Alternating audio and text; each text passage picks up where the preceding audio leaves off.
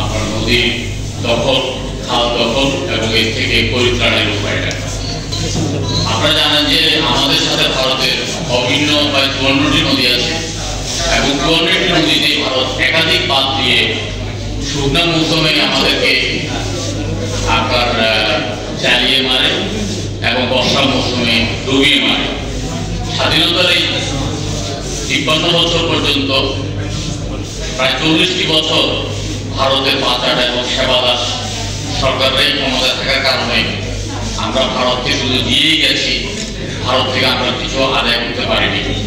যেগুলো প্রচেষ্টা করেও আমরা তিস্তার পানি সহ অন্যান্য পানি সুসম্পন্ন করতে পারি না। এটা আমাদের ব্যর্থতা।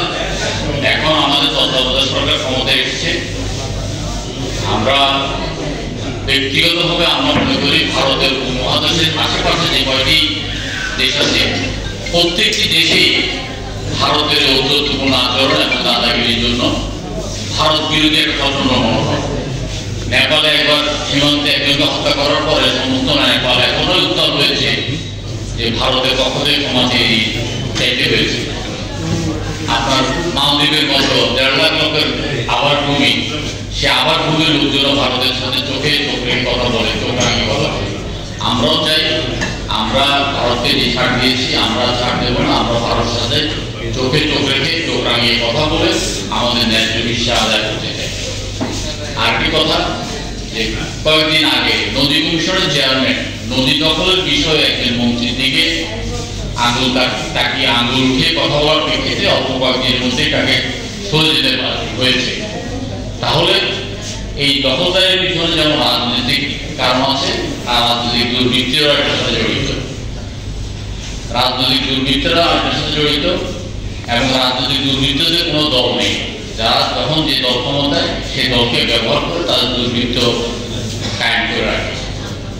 আমরা এবার রামগঞ্জে বন্যাদের মানে কবলিত অঞ্চলে গিয়ে দেখেছি, আসলে রামগঞ্জে কোনো বন্যা হয়নি, এটা জলাবদ্ধতা।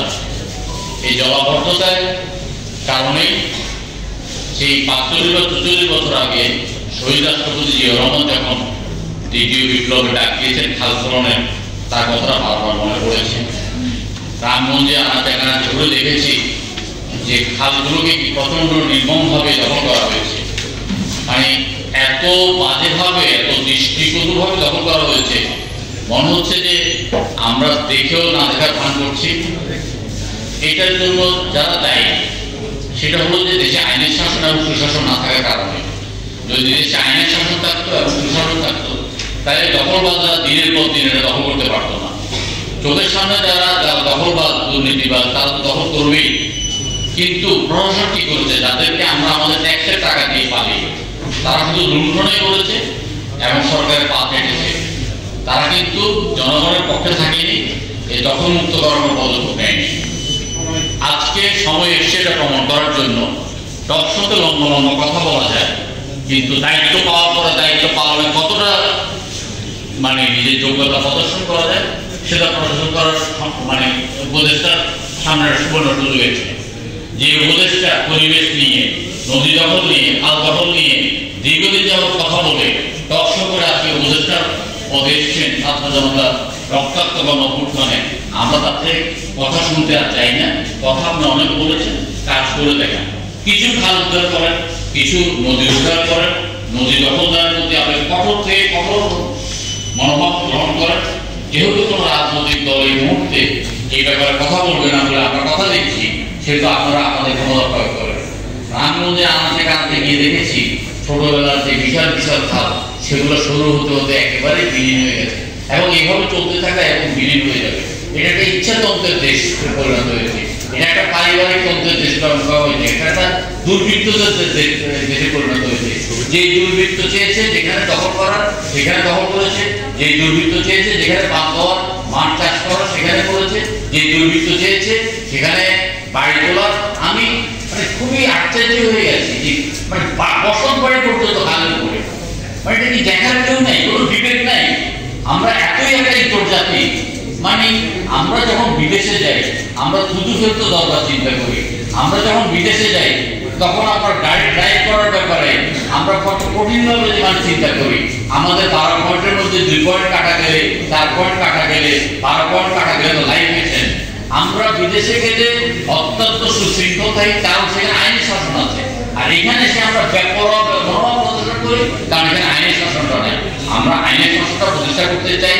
আমরা গত 15 বছর এই অবৈধ ভোট চোর স্বৈর শাসকের বিরুদ্ধে আমরা দিবানিশি লড়াই করে গেছি, প্রাণপণ লড়াই করে গেছি। আমরা জেলে গিয়েছি, আমরা নির্যাতিত হয়েছি, আমরা ব্যবসা বাণিজ্য হারিয়েছি, রাতের পর রাত আমরা অন্ধকারে কাটিয়েছি, আমরা বাসায় ঘুমাতে পারি নাই। আমাদের এই রক্তমাখা সোপান পা রেখে ছাত্র জনতার অভ্যুত্থানের মাধ্যমে শেখ হাসিনা পালিয়ে গেছে। আমরা মন থেকে বিশ্বাস করতাম, অন্তর থেকে বিশ্বাস করতাম স্বৈর শাসকের পতন হবেই হবে, এই বিশ্বাস নিয়ে আমরা ছিলাম। আমরা কেউ দল পরিবর্তন করি নাই, আমরা এক মুহূর্তের জন্য সত্যি ছিলাম না। আমরা জানতাম এই আমিত্ব এবং এই লুণ্ঠনের পতন হবেই হবে, এবং এমন পতন, নির্মম পতন হয়েছে। আমরা বারবার বলেছি যে ক্ষমতা সেফ একদিকটা রাখে, ক্ষমতা পরিবর্তনের আপনার রাস্তাটা রুদ্ধ করে দেবেন না। ক্ষমতা পরিবর্তনের রাস্তাটা রুদ্ধ করে ৭৫ সালে একদলীয় শাসন ব্যবস্থা কায়েম করার রক্তাক্ত পরিণতি আমরা দেখেছি। আমরা এইভাবে রক্তাক্ত পরিণতি আমরা দেখতে গিয়েও দেখিনি, কারণে যে আমরা অত্যন্ত দায়িত্বশীল আচরণ করেছি। ৫ তারিখের পরিবর্তনের পরে ৬ তারিখ ৫ তারিখ রাতে না ঘুমিয়ে ৬ তারিখ ৯টা বাজে গিয়ে শান্তি সমাবেশ করে বলেছি সংখ্যালঘুরা আমাদের আমানত, আওয়ামী লীগ যারা করতো তারা আমাদের আমানত। আমার নিজের ইউনিয়নে ৫ টাকা খুন হয়েছে, 2টো লাশ পাওয়া যায়নি। আওয়ামী লীগের একজন ব্যক্তিকে আমরা ফুলের টোপা দিই নাই। আমরা দায়িত্বশীল আচরণ করেছি, আমরা শিক্ষা নিয়েছি, আমরা রাজনীতিবিদদের শিক্ষা নিয়েছি।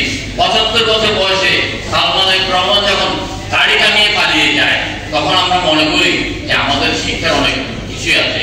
আওয়ামী লীগ বিশ্বাস করতো তারা কিয়ামত পর্যন্ত ক্ষমতা থাকবে, এবং কেউ কেউ বিশ্বাস করতো কিয়ামতের বড় ক্ষমতা তারা থাকবে। কিন্তু আমরা বিশ্বাস করি ভবিষ্যতের যে রাজনৈতিক দলগুলো তারা যেন বিশ্বাসটা না করে, এই ভয়ঙ্কর পথে পা না দেয়, জনগণের সাথে থাকে।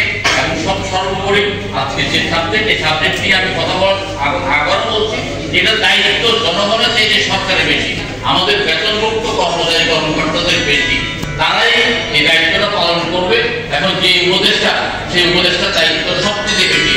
তিনি তার কথা নয় কাজ দিয়ে প্রমাণ করে খাল দখল মুক্ত করবেন, নদী দখল মুক্ত করবেন, নদীর পরিবেশ বজায় রাখবেন, পরিবেশের উপর হামলা করার যারা দুঃসাহস দেখিয়েছেন তাদের সেই কালো হাত ভেঙে দিয়ে তিনি প্রমাণ করবেন যে তিনি এতদিন পর্যন্ত যে কথা বলেছেন তার কথা এবং কাজের মিল আছে।